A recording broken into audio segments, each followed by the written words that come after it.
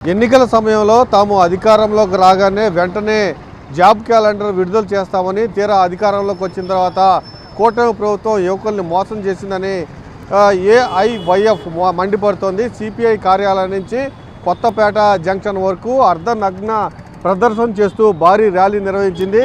పూర్తిగా భిక్షాటన కార్యక్రమం కూడా చేస్తూ ఉన్నారు. మనతో నాయకులు ఉన్నారు, వారిని అడిగిస్తున్నాం. ఎలా మోసం చేసింది, ఏమంటారు మీరు? ఏదైతే ఆనాడు లోకేష్ గారు ప్రతి యువకుల సభలోనూ జనవరి 1వ తారీఖున జాబ్ క్యాలెండర్ విడుదల చేస్తామని ఆనాడు చెప్పి అధికారంలోకి వచ్చారు. ఈనాడు జనవరి సగం రోజులు అయిపోతూ ఉన్నది. నేటి దాకా కేబినెట్ సమావేశాలు జరిగిన దాంట్లో ఏనాడు కూడా ఈ యొక్క జాబ్ క్యాలెండర్ మీద వాళ్ళు చర్చించకపోవడము దారుణము. అదేవిధంగా మేము ఒకటే డిమాండ్ చేస్తూ ఉన్నాము. అధికారంలో రాకముందు వందలాది హామీలు ఇచ్చి అధికారంలోకి వచ్చిన తర్వాత బడ్జెట్ లేదని గత ప్రభుత్వం మీద విమర్శలు చేస్తూ ఉన్నారు. ఏదైతే మీరు బడ్జెట్ లేదని చెప్తా ఉన్నారో మరి మీరెందుకు జీతభత్యాలు తీసుకుంటా ఉన్నారు? లోకేష్ గారు దాదాపు రాష్ట్రంలో ఉన్న ఎమ్మెల్యేలందరూ ఎందుకు జీతభత్యాలు తీసుకుంటా ఉన్నారు? మీరు కూడా జీతభత్యాలు మానేసేయండి, అప్పుడు మీరు కూడా పారదర్శకంగా ఉంటారు. నిరుద్యోగ భృతి 3000 ఇస్తామని చెప్పారు, నిరుద్యోగ భృతి 3000 ఇవ్వలేదు. అదేవిధంగా వాలంటీర్లని 2,65,000 మందిని 5,000 కాదు 10,000 ఇచ్చి మేము కొనసాగిస్తామని చంద్రబాబు నాయుడు గారు ఆనాడు ఎన్నికల హామీల్లో ఎన్డీఏ కూటమి తరఫున నేను హామీ ఇస్తానని చెప్పారు. అదేవిధంగా ఇప్పుడు నేడు లోకేష్ గారు చెప్తా ఉన్నారు, సిగ్గు లేకుండా చెప్తా ఉన్నారు, మేము జీవోనే లేదు వాలంటీర్లకని. అంటే మీ తండ్రి గారు 4వసారి ముఖ్యమంత్రిగా చేస్తూ ఉన్నారు. దేశంలోనే నరేంద్ర మోడీ కన్నా సీనియర్ నేత అయినటువంటి ఈ యొక్క చంద్రబాబు నాయుడు గారు మీరు ఇచ్చిన హామీలకే చట్టబద్ధత లేకపోతే ప్రశ్నించడానికి మేమందరం యువకులుగా ఉన్నాము. మీరు ఖచ్చితంగా జాబ్ క్యాలెండర్ విడుదల చేయాల్సిందే. అదేవిధంగా నిరుద్యోగ భృతి 3000 ఇవ్వాల్సిందే. వాలంటీర్ 2,65,000 మందిని తీసుకోవాల్సిందే.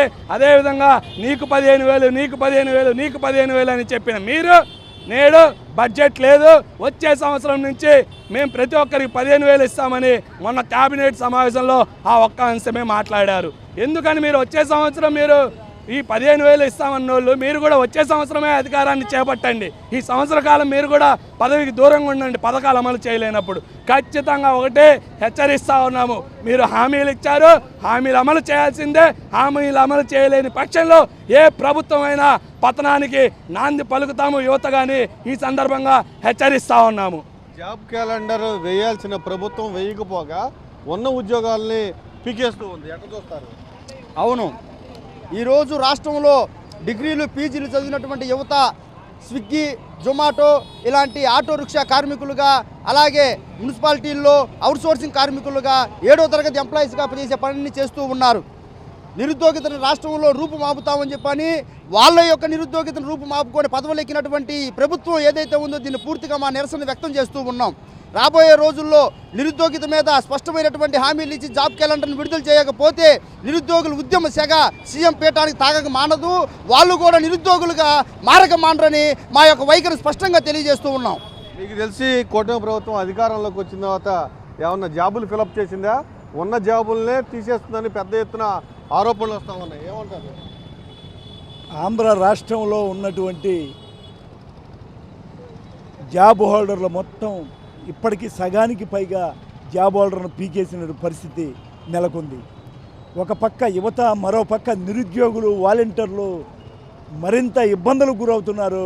జీవనాధారం లేక నలిగిపోతూ ఉన్నారు. ఈ ఆంధ్ర రాష్ట్రంలో పాదయాత్రలో ఇచ్చినటువంటి హామీలని ఎందుకు మీరు పక్కగా పెడుతున్నాం మేము అడుగుతూ ఉన్నాం. గాలికి వదిలేశారని మేము అడుగుతూ ఉన్నాం. ఇప్పటికైనా అటు లోకేష్ గారైనా, చంద్రబాబు నాయుడు గారైనా, కూటమి ప్రభుత్వానికి సంబంధించి అందరూ కలిసి కట్టగట్టుకొని మీరు ఇచ్చినటువంటి వాగ్దానాలని ఇప్పటికైనా అమలు చేయాలని, ఒకవేళ మీరు అమలు చేయకపోయిన పరిస్థితుల్లో యువత ఆగ్రహ జ్వాలకి ఈ ప్రభుత్వం కూలిపోక తప్పదని హెచ్చరిస్తూ ఉన్నాం.